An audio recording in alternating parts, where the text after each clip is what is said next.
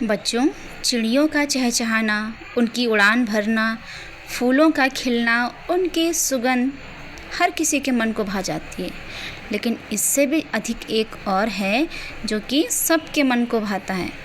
आज हम उसके बारे में बात करेंगे। नमस्कार, स्वागत है आपका हिंदी की पाठशाला में। तो बच्चों, आज हम कक्षा 12 की प्रसिद्ध कविता के बहाने को बहुत ही सरल शब्दों में समझेंगे, जिसे कि कवि कुंवर नारायण जी ने लिखा है।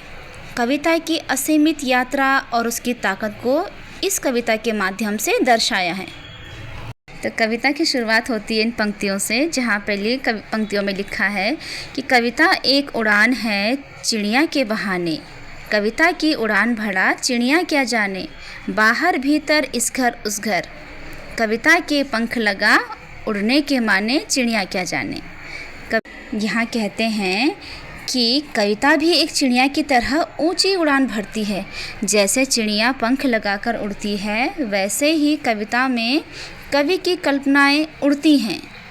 लेकिन चिड़िया की उड़ान एक सीमा होती है। वह इस घर से उस घर तक या आसमान से बस कुछ ही दूर तक उड़ सकती है।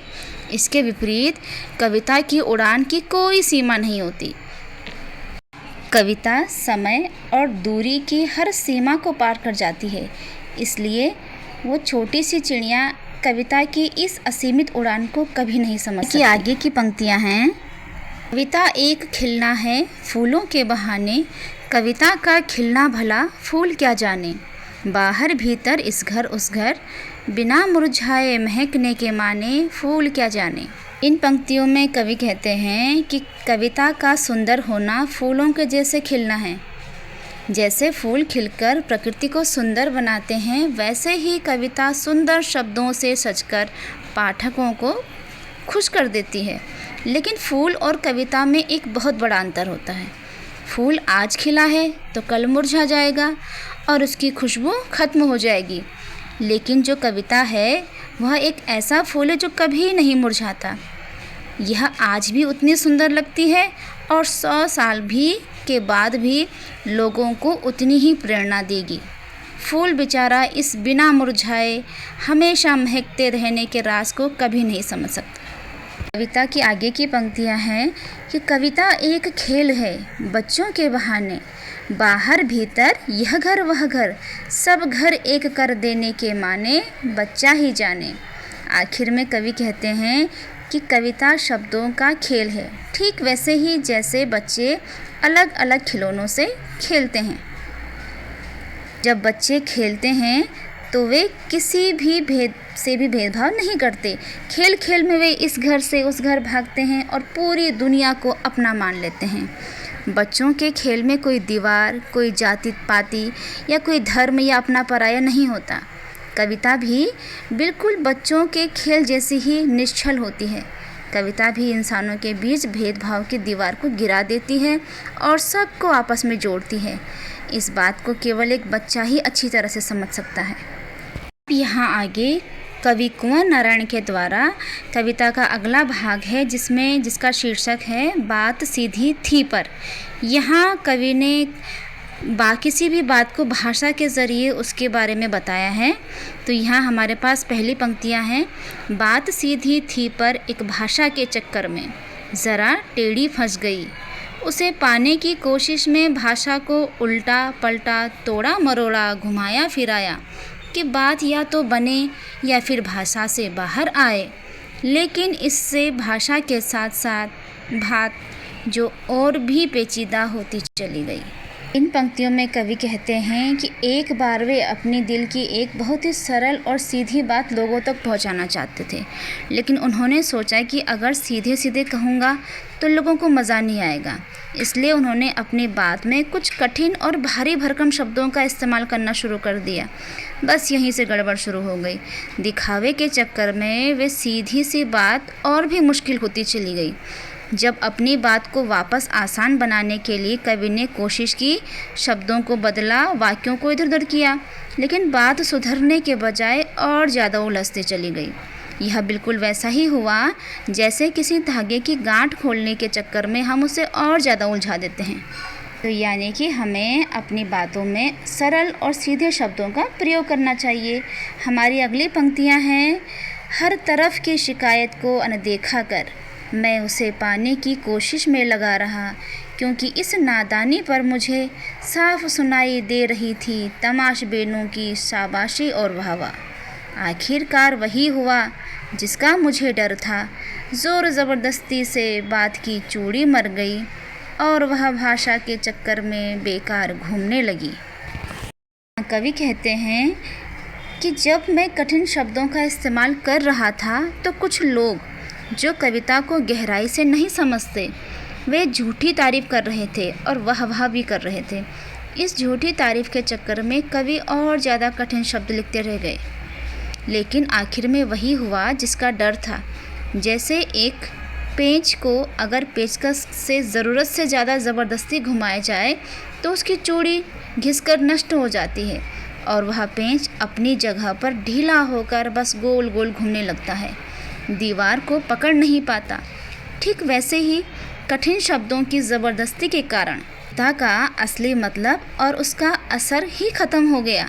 वह बात शब्दों के जाल में बेकार होकर रह गई।